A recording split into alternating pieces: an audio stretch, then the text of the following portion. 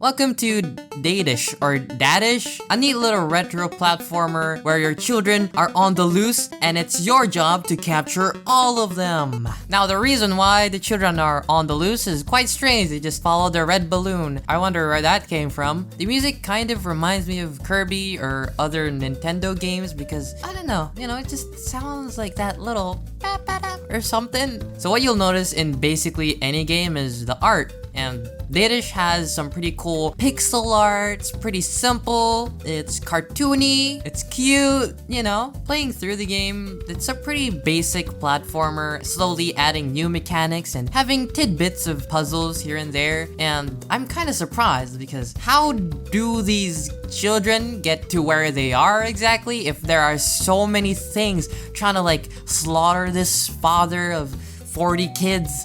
What? They even mention it in the dialogue. They just talk about oh, hey son, how'd you get there? And the kid's they don't even know.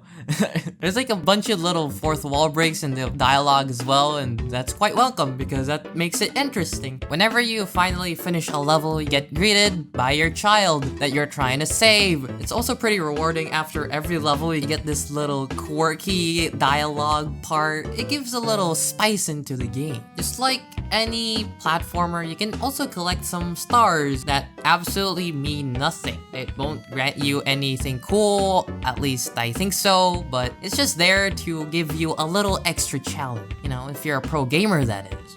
If you're ever wondering how long this game is gonna take, well, it has 4 worlds and it'll probably take about 1 and 2 hours to completely finish the game, depending on your skill issue, that is. After an end of every world, there is always a boss fight. These boss fights are pretty simple. It's quite interesting how it's pulled off. The way the bosses usually go is just having a button that you have to time correctly. If a boss is just wow, we shall wet or something, you just have to push button, boom, the guy's gone. I think this game takes place in a sort of sentient food world because all I see are food enemies and some animals. In some dialogue, a mall gets mentioned, so I'm not sure about the implications in lore here. Now this game is a series, so there's more content left for you, whether you play it on your PlayStation, your Nintendo Switch. The game is in a lot of platforms.